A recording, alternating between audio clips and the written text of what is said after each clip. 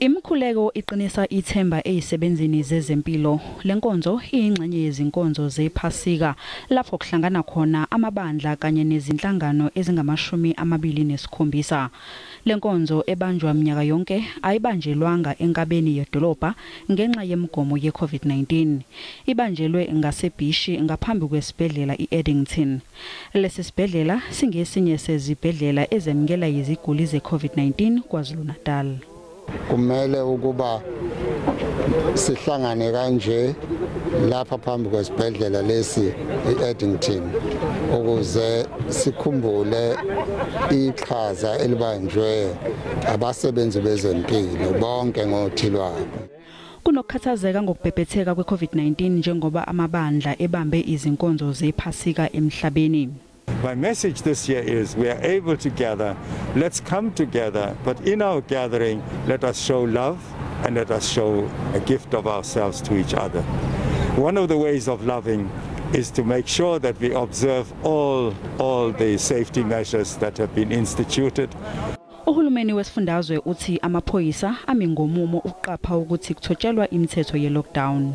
Asilandele yonke imigomo njengokwasha izandla nokuthi sikwazi ukuthi sifake ama-mask siqhelelane ngaso sonke isikhathi siziphephise futhi siphephise nalabo abathandiweyo bethu. eKapa amakholwa abuthane ezindaweni ezahlukene ezokhonza nakhona bekulandelwa imigomo ye-COVID-19 kuhlolwa abantu ngaphambi kokuba bangene. I think the intuitive sense is to stay at home. You know, if you've got comorbidities, God is everywhere. We've said that right at the beginning of the lockdown. Amakholwa ayithakasele kakhulu lenkonzo njengoba ngonyaka owedlule kusanda kuhlasela iCOVID-19 zazingavunyelwe izinkonzo zephasika. It felt a bit bittersweet. You know, it's been a bit weird for this entire year and for most of last year that we haven't been able to attend church.